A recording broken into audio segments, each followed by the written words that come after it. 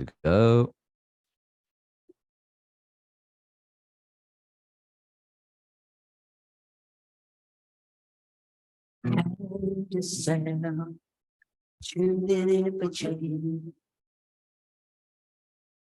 Live. And welcome to Kindasound this morning on the Reality Bite Show with me, your host, Wendy Smith, and my guest this morning, Philip Welsh. So, Philip, first of all, thank you very much for joining me today on the show. Thank you very much for having me. We've been trying to do this for quite a while, so I'm glad we finally connected. I'm going to say probably nearly 2 years, but hey. Yeah, it might be that. Something that's 2 years in the making and it finally gets to happen. So, Philip, just a little bit of background on how I met Philip. Philip contacted me through, I think it was one of the videos that you saw me on with someone in the truther community, as we call them. And then we started chatting and realised that you had a lot of information on diabetes and other bits and pieces, and you were very interested in health, and you'd done many other things that we're going to talk about a bit later in the show. But that was how we initially contacted or were put in contact with each other.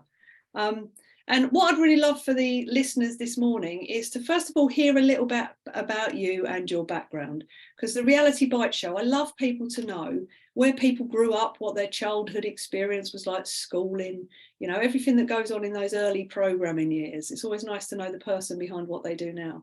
So if you wouldn't mind, Philip, how was early life for you? Where did you grow up on this plane of existence as well? Well, I'm currently live in Toronto, and I was born just east of Toronto in a city called Oshawa, which is the General Motors of Canada head office.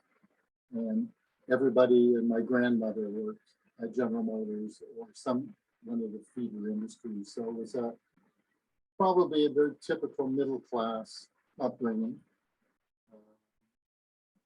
Dad worked obviously General Motors, mom stayed at home. So grew up there. My university education was in Toronto, and I moved there and never left. So how was your early years? What was parenting like for you? Because I'm always fascinated. Obviously, I work in psychology and human behaviour. Right. So I always like to know sort of the parental patterning. So did you have supportive parents who pushed you and drove you to find a vocation early on, or was it pretty much you go out there, Philip, and just have fun?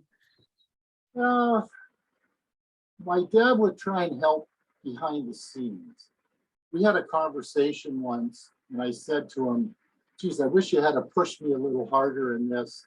And he looked at me, and he always tried to not do that, let you find your own way. And when I said that, he just sort of went, that was kind of interesting. I remember that conversation like it was yesterday. He was sort of flabbergasted because that was the last thing he wanted to do, was push me into anything. So it was the usual, the sports. Obviously, for a Canadian, it's hockey. Right. Bit of baseball in the summer. And he was a very, very good baseball player. So he liked the fact that I got into baseball. And what about mum in the situation? Typical stay-at-home mom. She was very, very responsible, and she was a bit of ahead of her time. As she got a little older, she was the one that got into health, probably when I was in my teens. And so introductions to taking vitamins. Now, back then it was very rudimentary. You had like these one-a-day vitamins that you took, and I don't think anybody really understood much about nutrition. But that was introduced to me very, very early. It was always top of mind. In the later years, I had a lot of people get ill. It seemed like every week I was hearing about somebody getting cancer. And that started to bother me. And I remember saying to myself, there has to be a cure for this. I cannot believe all the research that's gone into it. That somebody knows something that we don't know. And as it turned out, I was absolutely correct. So that was kind of the signal to start looking at this. My father got cancer. He lived another 10 years. My mom, unfortunately, was a heavy smoker from when she was a young girl and had lung problems and passed away from lung complications. So I'm going to be more healthy, that's for sure. And I'm going to just research. I don't even know it was where I was going with it. It was very open-ended. And I just continued. And the more I got into it, the more I learned. And then the more I learned, the more I wanted to get more information. And it wasn't an obsession, but I'm a very persistent person. When I need an answer, I need the logic to flow. And if there's a missing point in the argument, I have to find out what that is and link everything together. So that's it's sort of taken me to now, where I pretty well got a good handle on the cause of disease, how to stay healthy, how to stay fit, and also, build up that mental part of your life so that you're strong enough to handle trauma or anything that can get thrown at you. Because the phrase is, of course, life is 10% of what happens to you, and 90% of it is how you react. Mm. So I've always taken that into consideration and just, okay, I'm a very calm, very patient person anyway, so that sort of fit into my wheelhouse of taking that. And I think in pictures, so I always try and describe what I see in my mind, try and visualize. But I've taken an interest in a lot of famous quotes over the years. I think I have a Word document of about 50 pages of quotes that that's interesting. I'll capture it and I just plop it in this, and I go through them and I remember a lot of them. And sometimes in a description of what's going on, I'll remember a quote and it will just sort of sum everything up, much like the 90-10%. It just sort of, that describes everything in just one simple little sentence, instead of listening to me go on for five paragraphs. So with everything that you do now, did you have an interest in this when you were at school then? So like I say, vocational anyway, because you said you went to university. Was there a particular subject matter like early on in your years you were interested in that you pursued, or did you just sort of go with the flow of education, so to speak? Well, I went there to get an education, not a job. I didn't have, I was so envious of my best friend. When I met him in grade 9, he says, I'm going to be a lawyer. Right. That was it. And everything he did was to get him to be a lawyer. And he's a very successful lawyer today. I never had that drive to one specific thing. I was very much a generalist. And I took sciences, a lot of general sciences. So I wasn't like a biology major or a physics major. Right. We got into, there was actually a set of courses at the university, which were general science type courses. So it was more take a science background and adapt it to, say, conventional problems that in environment, et cetera, things like that. I found that very interesting. Some psychology courses, some sociology. I took some math courses. Just a well-rounded education, which is exactly what I wanted. So I got into the computer business through a hiring agency, and stayed in it my entire life. That was kind of fortunate that I found something, or it found me, I guess. Okay, so how did it find you? How did that one come about? Well, I went to school with a fellow who became a headhunter, and he just called me out of the blue one of these days because we were talking back and forth. He says, I think I have a job for you. It's not me, it's not my area, but I'll connect you with this guy in the company. And he sent me out for, it was probably the first job interview, big job interview that I went on. Yeah. And hey, it worked. I got the job. And what did you do then in the computer industry for all those years? Well, it was mainly point of sale stuff. So we're getting into large, at that time, huge mini computers, which have kind of gone the way of the dinosaur now. Everybody has, of course, laptops and tablets. But these huge mini computers running scanning operations in grocery stores, large retail, Oh, okay. that type of thing. So it was not the smaller end, it was the real high end stuff. And this was just sort of brand new, and they were just starting to build the departments. I was the second hire into it, so it was pretty good. So I was right in at the company at the time was still doing. Do you remember the old mechanical registers that they used to have? Yeah, I do. Yeah. They still had an engineering center, and the conversion had just started. So you had one department which was dealing with these old registers, and it literally was engineering, building metal parts and fixing them.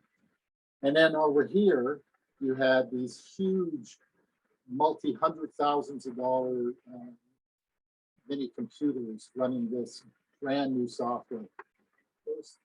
The comparison was really just night and day. It was like a sock with camel and a shuttle. That's interesting you can say it, because one thing I do remember at school in the 80s, not quite the same comparison, but I took typewriting as one of the things. And the old typewriters, I used to love, like the push clonk, clonk, clonk typewriters. And I remember it was the year before I left school, they got 2 digital typewriters. And everybody used to literally fight to use these things. And that, you know, because you just tap them and they'd type, so you could type so quick on them, whereas the other ones, because you had to put weight through your fingers, there was a limit to how quick you could type. Exactly. And I just remember being fascinated by it. And then my first job was at Marconi Radar. And of course, Marconi Radar, cutting edge of all technology at the time. So we had like all the new computer systems. So, you know, I'd do all my typing would be on a computer screen where everything was black and green. There was no option. Black, green writing. That was it. That was it. Yep. But it was like really exciting, like cutting edge technology at the time. Well, it was one of the smartest things I did. I guess my first in grade 9, I decided that, you know, I think it would be smart if I knew typing. And all the typewriters, I went to high school when I started 67. So they were all mechanical typewriters. That was the whole thing. I don't know, something just told me that I should know this. It will be helpful in the future. So little did I know. Oh, it's definitely a skill. I love the fact that I learned to touch type. So I don't have to look at the keyboard. I can just, you know, be thinking about stuff and type in and not have to look at what I'm doing. Because now obviously writing books or writing large documents or typing them out, such an easy process, because I'm not doing it one fingered. I'm literally just like, it's all done. So it's definitely a skill to learn for anybody out there. Yeah, but I just was kind of amazed at the fact that I actually figured that out way back then. There were no such thing as computers, really. That was farthest thing from my mind. Yeah, a bit of divine guidance for the future, that one. That was your higher self tuning in, going, you're going to need this at some point. I agree 100%. I've had so many higher sense lessons. I'm a bit of an empath in that respect. So I always describe it. An empath is not a psychic. They don't predict things. An empath feels things. Things resonate with them. And you do things and you don't know why. And you know things without proof. Is probably the best way to describe empathic behavior. And that's followed me all through. I didn't even know what an empath was. I knew these things came to me, but I didn't really have a name for it. And then several years ago, I actually saw the word empath probably on a YouTube video, and they started describing what an empath is, and I went, that's me. No. So. Yeah, it's like having a beautiful connection to your inner guidance. Yeah, well, there is one story, actually. Most people will say when you're connecting with your higher consciousness, it's through your pineal gland, which I've learned about from my chiropractor. Yeah. And it's like your antenna to your higher self. I think is probably the easiest way to describe it. Yeah. I always used to go into Chinatown in Toronto. They had a huge Chinatown, and I would go in and pick up Chinese holistic medicine. It always worked. It always cured whatever I had. And I was walking by on the street to go up into the store, and there was a sandwich board with reflexology. Right. Now, I think most people know reflexology. They take the bottom of your feet, and it's all patterned out as to the different organs and areas of your body, and they can troubleshoot issues just through that. So I'm looking at it, and I saw on the big toe it said pineal gland. Now I just learned the phrase, right. Didn't know what it was. I thought, oh, okay, that's interesting. Funny enough, if you look at versions now of the reflexology on the bottom of feet, they never mention pineal gland. Oh, interesting. They leave it off. So this was obviously an original Chinese diagram that included it. So I went home. I thought, I should try that. So I pushed on my big toe. Excuse me. Then I got the worst pain that I've ever felt. Well, of course, being a guy, I pushed it again. That's what guys do. And it was incredible pain. So I happened to be going to my chiropractor a couple of days later. I'd been in car accidents when I was younger, so it was just keeping me fixed up. And I told him about it. He did his muscle testing. A very bright fellow, kind of a legendary chiropractor in my area. And he said, "Yeah, you have a problem with that." And he says it's involved. That was always his phrase. He did what he did. He fixed it. I think I got home that night, pushed on my big toe, because I'm a guy. That's what we do. Yeah. No pain. But that seemed to coordinate with around the same time that things started to become clear. The red pill, blue pill, if you want to use current analogies. Yeah. Is it connected? Don't know. It just probably because he said, yeah, definitely involved. That usually means calcification from fluoride. There's a lot of fluoride in the water in this area. So that's I guess broke it up, did whatever it did, and it sent me on the way to my. I'm going to have a look in my reflexology book at some point. Then I've got one. Oh, when we're on a break, it's right next to me here. Yeah. When we're on a break, I'll have a nose in there and see if there's anything about the pineal gland. It's right on the either the inside or the outside of the big toe. Oh, you know what I'm going to be doing this evening, don't you?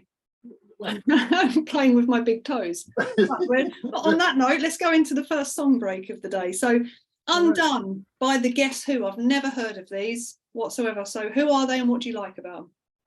Well, I thought, I'm going to give you Canadian artists. I know you probably don't do a lot of Canadian, so we're gonna pump the industry here.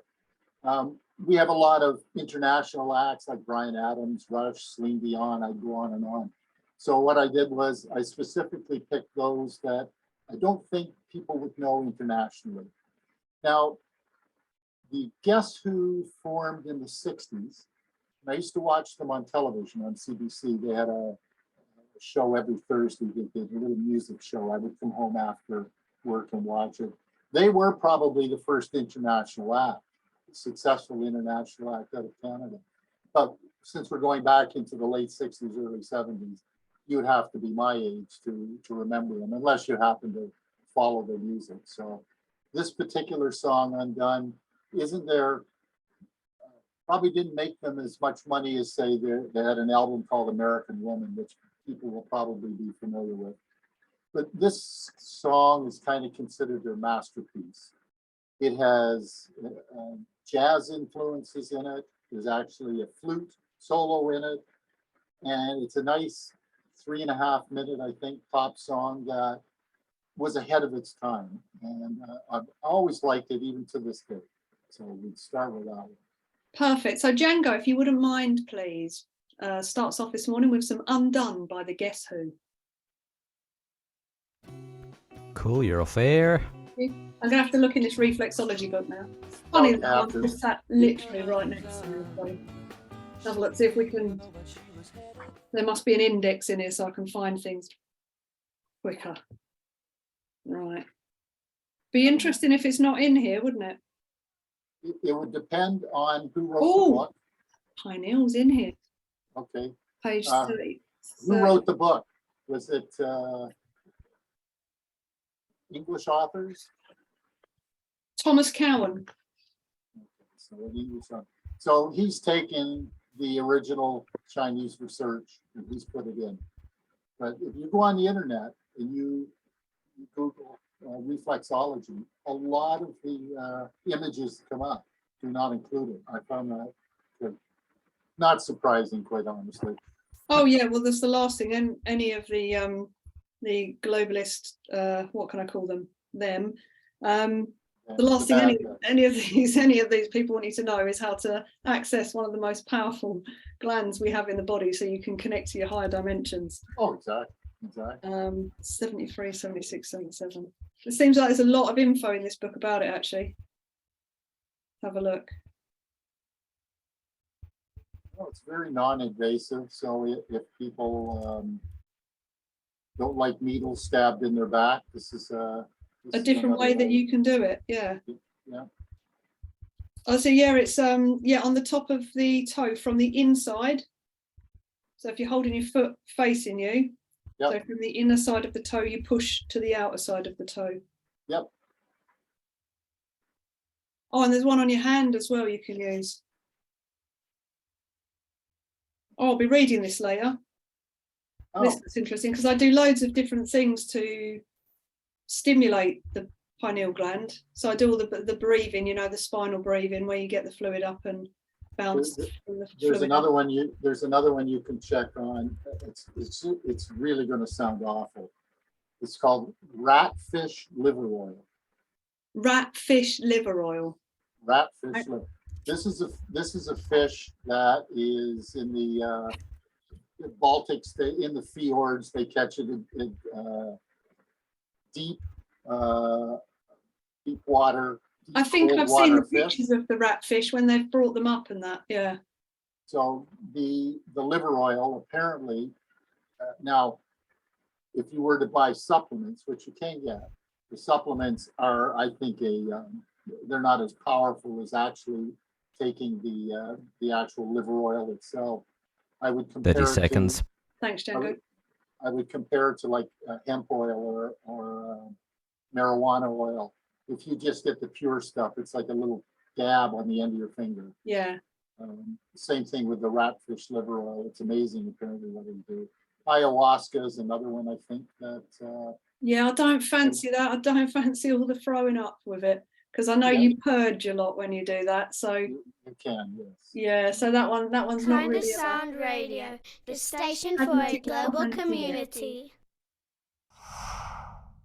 And you're live. And welcome back to Kindasound Reality Bites this morning with my guest Philip Welsh, and we've just had a little wander through Philip's history on sort of how he got interested in what he got interested in now. And now I think we're going to wander into. There's three particular people, Philip, if I remember rightly from us speaking off air, that you have an interest in that work in, I'm guessing, three different environments. Because Philip he works in sort of mental health, physical health, and nutrition. It's the combination of those things. And you're an avid researcher, aren't you, sir? I mean, decades and decades of research, sometimes 12, 14 hours a day in the beginning.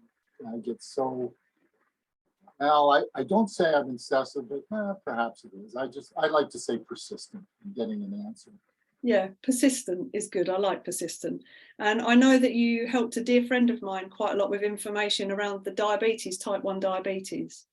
I tried, yep. I got him as much information as I had access to. And funny enough, when you start talking about things, all of a sudden, sources will appear on that exact same subject, like within sometimes hours, sometimes days. So it was funny, I would send him all the data that I had. And it seemed like every other day I would get more data on that I could pass on to him. So I hope he was able to use it and learn from it and help him out. Yeah, he has been utilizing it. Yeah, he's still on his good path of finding a way out of it. Right. So it's one of those. I do think when I look at, I have the metaphysical anatomy book that I always like to refer to. Yes. So I think some people, we're so used to being taught symptomatic outcomes with the allopathic medicine. Yes. So you look at a symptom, we medicate a symptom. You look at a symptom, we medicate a symptom. But what that can tend to do is never actually find the root cause.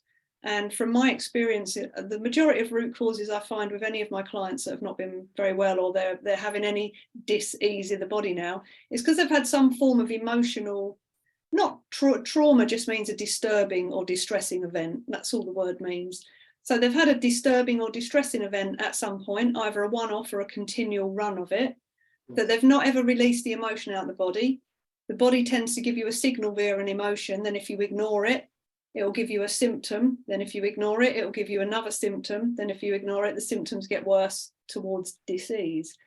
So what I say my thought process is behind, I'm going to say the majority of disease is some form of disturbance or distressing event that's not been dealt with, which is just replaying unconsciously. And the body, when you can unpick all of this stuff, obviously it needs support with the other aspects, because you have to understand the mental processes behind it. You're in a physical body, you need to support that, which obviously needs the nutrition.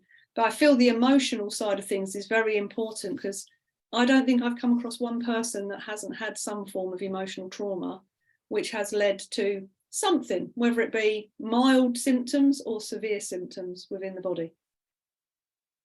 Oh, agree 100%. You'll probably be interested. The first gentleman, I call them disruptive free thinkers. So in other words, they don't fall into the status quo. They're not ruled or married to the status quo. If something takes them off to a completely different route, they follow it. They're outside the box thinkers. It's another way of putting it. And the first gentleman, it's kind of interesting. His name is Bill Harris. And he created audio tracks that he called Holosynth. Now, that probably a short form. I never really asked or never saw it in the book. Probably holopathic synchronicity or so. I'm sure it's an acronym of something that he did. So he grew up in the 70s, and by his own admission, he was just a really angry, miserable guy, just not nice to be around, depressed a lot of the time. And when he went to university in the 70s, transcendental meditation was coming to the forefront. A lot of people were, I used to call them back then the crunchy granola set. We'd call them tree huggers over here. That's another one, yeah. I'm a member of the tree hugging society now. Yeah, oh, I probably am as well. I probably am as well. So he noticed these people who did this meditation, they seem to be much more focused, very serene personalities, everything that he wasn't.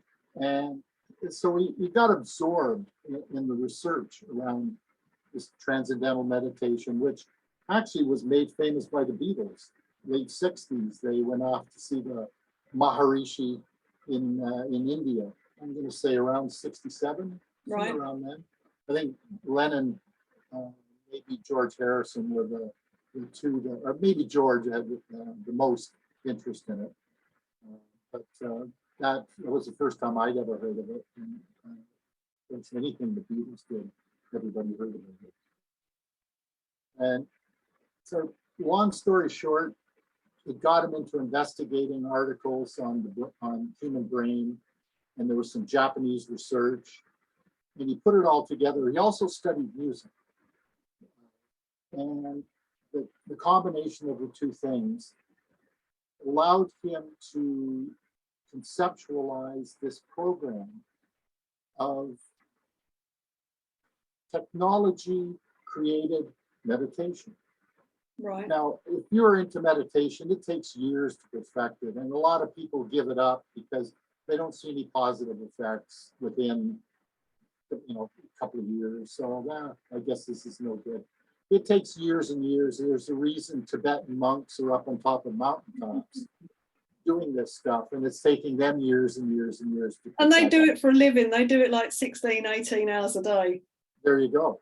So what are the chances that in our world, with all the distractions, that we could ever perfect it? So essentially meditation is about the controlling of your brain waves. Right.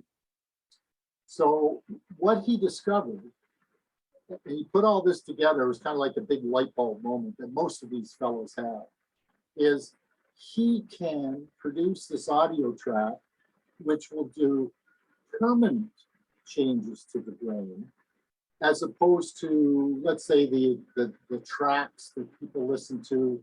So you put headphones on and it puts you in, say, like an alpha state, Yeah. and then you can read. But as soon as you turn the track off, you're back to normal. His approach was, as I said, permanent changes to the brain. So he experimented with his friends, and they hit some plateaus. It seemed to work. Hit some more plateaus, and he gradually worked out this finished product called that he called Holocene. And the way I describe it is, it's like strengthening. You lift muscles lift weights for your muscles. This is a way of strengthening the brain, and it increases. I think that the phrase I use with you is you have a bigger mental toolbox to be able to deal with trauma and stress. And 90% of the world is left-handed, right-handed. So they're left brain dominant. Now, the left brain side is the logical, rote side of the brain. The right side is your creative, carefree side. Yeah.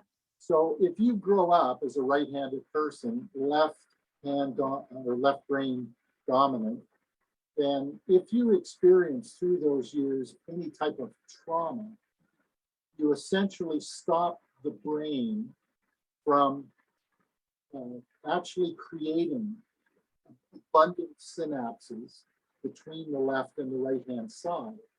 So in thinking, you have the logic side, but then you have, does that really matter? And the two balance each other out. But if you're stuck in that left side, you have to have a reason for everything. And if something doesn't have a reason, it's very stressful to you. And that's the cause of a lot of people's distresses and addictions.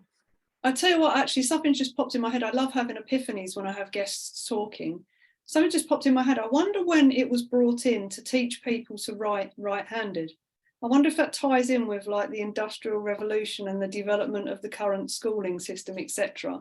Because if you think about it, the education system has been designed to get you into the logic and get you out of the creative. So I'm going to have to do a little bit of research on that myself, sir, when we get off of here, just to go and. Good. Don't hurt yourself now. No, I will try not to hurt myself doing my research, but it is curious because obviously I'm right-handed, but some things I remember. I injured my hand, my finger at some point. My sister shut it in a car door, and I had to have like a bandage on my hand for a while. So it meant I started eating the opposite way round to what I'd been taught. And the funny thing is, my sister does as well. Whenever we go out to a restaurant, we have to, both of us will sit there and straight away swap over the knives and forks because we eat the other way around. And I am very good with my left hand. So I play basketball with my left hand and my right hand. I'm always swapping my hands about because I've just had this thing that I need to use them both. Right. And I just find that interesting I never thought about that because even with NLP, we're taught, obviously, the right-hand side is controlled by the left-hand side of the brain and vice versa. Yeah, that's just giving me something else to go and research later. But sorry, I diversify away from where we were. No, you make a good point, and I'll tell you why. I actually know someone who was left-handed, and their family were big golfers, and nobody had left-handed clubs. They were so rare back then that they gave her right-handed clubs, and she had to learn how to play golf right-handed, even though she was a natural left-handed person. And I'll also bring up the fact that in Latin, the Latin word for left is sinister. Oh, interesting. And what does sinister break down into? Do you know the... I think it's the typical definition that you'd give it in English. It's not good. It's evil. It's sinister. So people who showed aptitude for left-handedness, I know for a fact that a lot of people were in school converted to right-handed. It could not be allowed to write for left-handed. It was sinister. It was sinister. Interesting. I'm going to again have a little look at where that comes from after this, because I do find things like that absolutely fascinating. Right. So they wrote a book. Bill wrote a book, and I'm going to put this up here. It's Thresholds of the Mind. It's called, by Okay. Bill Harris. This is a fabulous book where he essentially, if anybody is interested in this topic and strengthening your mind, the website is centerpoint.com. It's a funny spelling. It's center ER, Yeah. which is the American way, but point has an E on the end. Oh, pointy. Yeah, or if you were French, you would point. Yeah. So centerpoint.com. It's the Centerpoint Research Institute that Bill started. And this book, you can buy it online as well as the tracks. I think the initial track is about $200 thereabouts. But you listen to it, and I'm hoping in later podcasts, I'll go through and I can explain to you exactly how it works, the technology behind it, everything. Yeah. But you certainly can learn on the website. And if you really have an interest, I recommend the book. It's just so interesting. Yeah, it's a fascinating subject, isn't it? It really is. I mean, I love sound, I love brainwaves, I love frequency. Everything is frequency, vibration, and energy anyway, isn't it? So learning. Yes, it is. Yes, it is. Miss Einstein. Miss Einstein. Is that going to be that's going to be my new name? So we're going to wander into song number 2 for today. So Dragonfly by Mahogany Rush, another one I've never heard of. Oh. Okay, Frank Marino, who's the guitarist from Mahogany Rush. He was kind of like the level of a Stevie Ray Vaughan or Jimi Hendrix or Eric Clapton. He was the guitarist's guitarist. Yeah. But he never really had one of those huge monster hits on the radio. But he's so appreciated by other guitarists. I just saw an interview with him by there's a British fellow who does probably one of the original reaction channels, if people are familiar with that. And he's a guitar teacher himself, a music teacher. And he actually did an interview with Frank. And you could tell this man was not stupid. He was a brilliant person. And this song is probably one of his best songs, I think, anyway, of all the ones I've listened to. It had success they were successful in Canada, same as the others we'll touch on. Probably not internationally, but if you're a guitarist, you know Frank Marino. Lovely. So Django, if you wouldn't mind, please, a bit of Dragonfly this morning by Mahogany Rush. Cool, you're off air. Lovely, thank you. Yeah, I'm going to get the Bill Harris. I'm going to go check him out, Philip, and have a look at that. I've needed some new reading recently. I've got my friend's just sent me over his book, actually. Funny enough, he's in Edmonton, Canada. Oh, yes. I lived in Edmonton for a year. Yeah, he's originally from up north in the UK, and he's been out in Canada for probably, I think, must be about 10 years or so now. Yeah, but he's into all energy and Tesla energy, and you'll absolutely love this book because it's right in your wheelhouse with what you do. I've gone through it and I've taken it, as I always do, sort of one step farther. Well, if this, then this. yeah. I run these scenarios in my head all the time. And it's helped me to explain people with addictions. The first introductory audio track, they say you take it for about 4 months. Right. They say after 4 months, virtually everyone will have their left brain, right brain balance restored. And to the point where I always talk about this, everybody seems to have like this threshold of stress. And once you get above it, you have no tools to handle it. And you tend to get irrational. And you probably had people in conversation debate going towards an argument, and then Yeah. you counter everything they say, and then at some point in time they go off the deep end. So what you've done is they've been in this area where they can handle it, where they have the tools to handle it. And now, but when you defeat all those arguments, you start taking them up into this area. Right. Then all of a sudden they have no skills to handle it. And the natural result of that is addictions, because of course, addictions bring comfort, temporary, and probably a little dangerous as well. Yeah. But it gives you comfort from that. And of course, then it becomes habit forming, and then you get into an addiction. So quite honestly, all he's doing is with these tracks is raising your threshold. So instead of bringing out all of the issues that you had and making you relive them, he said, why don't you just raise the threshold so that when you experience these anymore, it doesn't bother you. Yeah, you have know, like a big buffer. So it's exactly. You now have the tools to handle it. And that's the gist of it. Think of Michael Schumacher, F1 racer, yeah, or Tiger Woods, or Michael Jordan. yeah, The mental strength of these guys is huge. And there was obviously many others and female athletes as well. Those are the three that just immediately came to mind, who would rather destroy you than just beat you. yeah. They're so you can't intimidate them. They'll take on anybody. Now, and I'm going to bring out a English footballer here, a British footballer, George Best. Right, yeah. The classic example who's somebody who seemed to just self-destruct.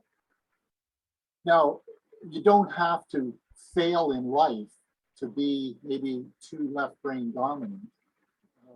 You can actually be successful, but the success sometimes then brings you into territory you're not prepared to handle. And I think that's the best example that I can give of someone okay. who, So then you go into sort of like self-destruct mode in a way. Because you don't have the mental toolbox to handle. Well, I couldn't imagine being It gets to a certain level. Yeah, and then when it's too much, I've seen this in relationships when I've done relationship counselling. Yep.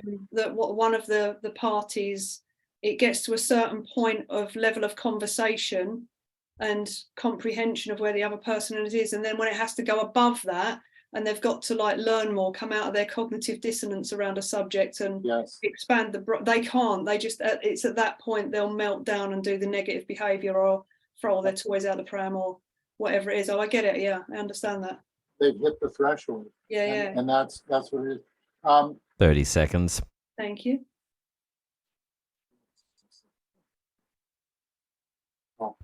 A thought came in and it fell out again. I'll think about it. So that'll come back in a minute. Yeah, Sorry.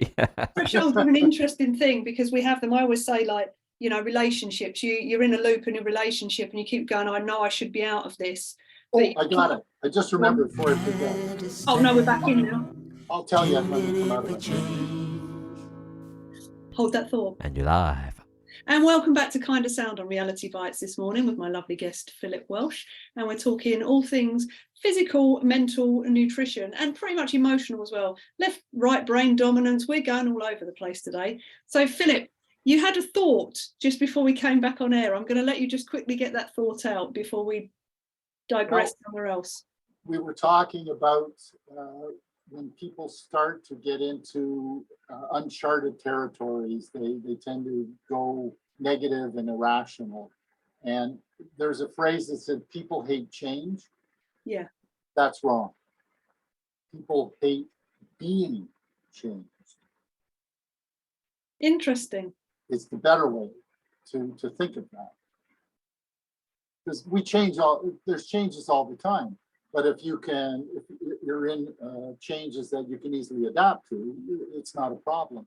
It's being changed. In other words, out of your comfort zone. When you're put under that amount of pressure, external pressure. Well, I always say pressure. This is another conversation on psychology. Pressure is only relevant to what you're feeling yourself. Yes. So it doesn't matter what anybody else does around you. The amount of when they go, oh, you put me under so much pressure. It's no, actually, your body's experiencing it. So you're actually putting yourself under the pressure. Yeah, your threshold is low and I hit it. Yeah. And went over it. Yeah, that's a whole nother conversation. So we've gone through Bill Harris. So who was the next guy that you, or lady that you wanted to talk about? Okay, the second disruptive free thinker. I love that, disruptive free thinker. I'm going to write that down. His name is Arthur Jones. And Arthur, he grew up in a family of doctors, so it was natural for him to read his parents' medical books. So he was always tested at school and had a genius IQ. He was a very successful businessman as an adult. He ran an airline company in South America. He started with the airlines. He went to Africa and he started capturing and selling wild animals to zoos. Okay, that may upset some people, but okay, that's what he did. He took that to wildlife films, and then he had a career as a producer and a director of a famous TV series I'm not familiar with it, called Wild Cargo, where he again took what he was doing, went the next step. Took what he was doing, went to the next step. Your classic overachiever, I guess, would be the best way to describe him. But in the 60s, there was a lot of political turmoil in Africa. I mean, think of Uganda, Idi Amin, think of South Africa with apartheid. And he had to put his show on hiatus. So people like that just can't sit idle. So he was from Florida. So he went back home, forced vacation. Now, he had such a strenuous schedule that he always tried to work out regularly, keep himself in shape for all the work that he had to do. And again, his approach to exercise was this had to work or it's useless. And he found that the status quo in that industry was ridiculous to him. There has to be a better way, of course, right? So I'm on vacation, I'm on hiatus. So let's see, I'm gonna go and I'm going to invent a whole new bodybuilding paradigm, which is essentially what happened. He completely changed the nature of bodybuilding. He devised some exercises that he felt worked better than what he was learning in the books. And then he developed his own machines, which were if anybody's familiar with them in the club, the Nautilus equipment. Oh, I know Nautilus, yeah. Nautilus, okay. The secret of Nautilus was, and I think a long time ago when I explained this to you, there's a cam on it. So if you're doing an exercise, the movement, the full movement that you do, if you take, say, a curl, you need to apply more pressure in the first half of the curl than in the second. Right. So you're exercising that part of the muscle belly better than this part. Yeah. So the camshaft applied equal pressure through the entire movement. It was a brilliant design, very simple, but absolutely brilliant. So he designed this rudimentary equipment, and it looked like he wasn't going to be able to go back to Africa in the near future, just the way things were developing. So he started writing his own training manuals. There was a very famous magazine at the time called Iron Man, and he would send in all of these training manuals and articles. I guess they were, to that era of bodybuilders, these are like legendary documents. Yeah. That they all lived. Now, the fellows who were into it for quite a while and they were successful doing what they did and continued on. It was the younger ones that were affected. They saw the success of using his equipment and bought into it completely. They were sending him checks. Can I have here? Just send me your machine or build me one just like it. And he resisted, and then finally he gave in, and that became his new. Oh, sorry. So we can still hear you. Yank my cords out there. That became his new business, the Nautilus Sports and Medical Industries. So he and his wife started it up. In 10 years, the equipment was in every state in the US and something like 24 countries around the world. So he came up with a paradigm of exercise. I can describe it very simply. The older bodybuilders and weightlifters, it was volume of work. Yeah. You know, if you weren't exercising 5 days a week, you should have been doing it 6. Yeah. If you weren't, doing it 6 hours a day, no, you should be doing it 9 hours a day. It was volume, volume, volume. He, through scientific analysis, realized that the way to build muscle was through intensity, not volume of work. So you would take a muscle and you would exercise it to complete exhaustion. So if you could do 10, you forced yourself to do that 11th movement. And then you quickly go to the next.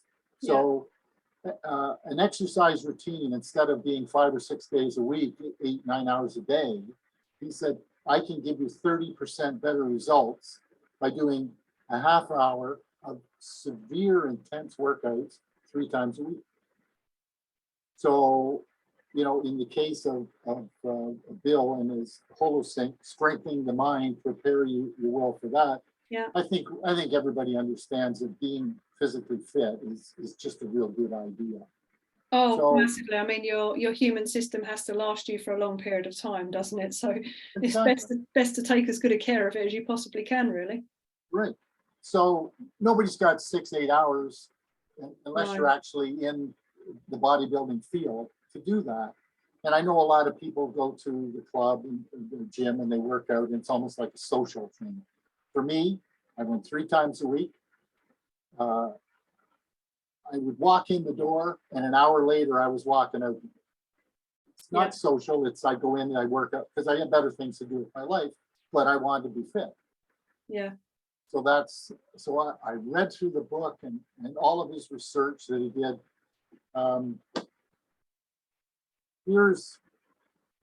This is kind of the Bible of the Nautilus stuff. There's many, many, many books written about it. But this particular book was based on the thesis written by his sporting director, Ellington Darden. So I'll hold this up here.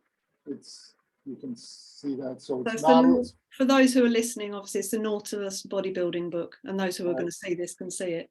By Ellington Darden. Now, I know what you're thinking.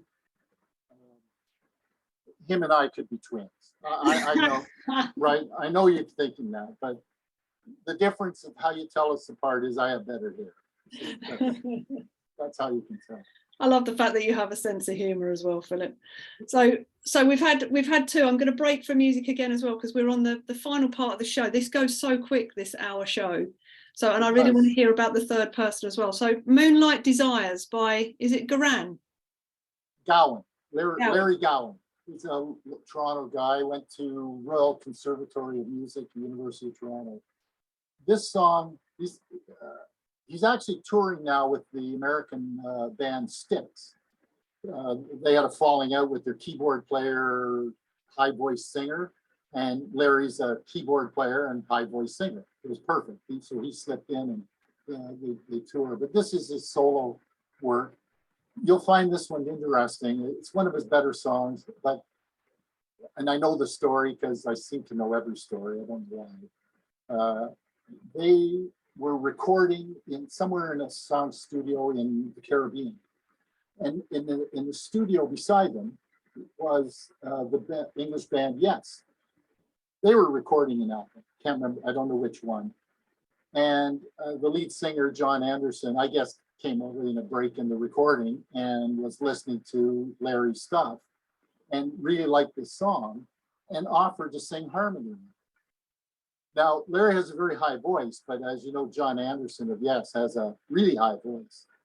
And their 2 voices just blended perfectly. It was just absolutely a kismet, zen on the recording. So I think now we're starting to get sort of into 80s music. So I think everybody will like this. We're coming up the years. So Django, if you wouldn't mind a bit of Moonlight Desires for us, please. Cool, you're all fair. Thank you. Yeah, this goes so quick, Philip. We've probably got I don't know if you can see a clock in front of you, but UK 3:42 is when we'll be done. So we'll shimmy through your final person. Okay. Django will probably be able to extend us a couple of minutes. He can normally wangle a couple of minutes in here and there. Are you liking the music, Django? That first one was a great one. I feel like it's vaguely familiar, but yeah, nice to know who that is. I thought you'd pick up on it with the jazz. The two principals of the Guess Who were Randy Bachman and Burton Cummings. Burton Cummings was the keyboard player. Randy Bachman was the guitarist, and he always had he always liked jazz. So he was a rock guitarist, but he always floated towards the jazz side of it. And about 10 years ago, we actually did a one-man tour, and he just did jazz numbers, which of course. Oh, really? Amazing. It put the jazz community out of their noses out of whack, but, because he wasn't a true jazz player. So how could you possibly do this? But most people would know Randy Bachman as one of the principals of Bachman Turner Overdrive, which he started with Fred Turner after he left the Guess Who. Okay. So there's a little history for you. We love a bit of musical history. Yeah. I'm absolutely enthralled by musical history, and my better half always says, if there's a question comes up in music, and they go, wait, Phil, somebody wants to know this. And I tell them, see, I told you, no. Handy to have at a pub quiz. No, exactly. I should probably say with the Nautilus equipment, if anybody, there's no real book you can go to other than if you get Garden's book here. You can get it on Amazon. The interesting part of it is, it took him 20 years to realize that 2 sets of exercising was better than 3. Yeah. It took him another 10 years to realize that 1 was better than 2. That's just saved me, because this afternoon I've not exercised yet. So I'll be going after we've done this, because I've got more video calls later. I was going to run into my conservatory and do my exercise for a bit. And I was going to do some weights today, but I'm just literally going to do 1 set of exhaustion weights of each. And that's it now. I was going to do 2, but I'm going to do 1 set now. One set to exhaustion. Never do more than 12 repetitions, between 8 and 12. And never more than 3 times a week. And there's a particular type of exercise that he also made famous. It was called negative exercise. So instead of lifting a weight and then relaxing it, you take a heavier weight and you put it in the relaxed position and you slowly lower it. Okay, yeah. Now, if you do that, you need an extra day of rest. So they say never do a negative set of exercising more than once a week. So if you do a Monday, Wednesday, Friday, do the negative 30 sets seconds on Friday. So that gives you the weekend. You get 2 days to recover. Yeah, I tend to exercise 4 days on, 1 day off. But my exercise is very varied and rotates around different things, because obviously I'm doing rehab exercise as well. Right. So what he also says is if you exercise the whole body together, you will get better results, especially if you involve the hips. The hips seem to be the trigger. Kindasound Radio, the station for a global community. And you're live. And welcome back to the final part of Reality Bites on Kindasound this morning. So Philip, I'm just going to let you jump into number 3. Who's your number 3 then out of the mental, physical, nutritional? Okay, so we have our third disruptive freethinker, Dr. Joel Wallach. Now, Joel Wallach is an interesting fellow. He started out as a veterinarian, and he was essentially, I'll skip through a lot of stuff. He was essentially responsible for the doubling of the lifespan of the average pet. Right. Because what he discovered, he was offered, he worked for the St. Louis Zoo, And the zoo was offered a massive grant in the 60s of like $25 million. To do that study today would be somewhere in the neighborhood of 300 or 400 million. And he did millions of blood works, thousands of autopsies on animals. They would send them from all over the world. And what he discovered was that animals get the same diseases that humans do.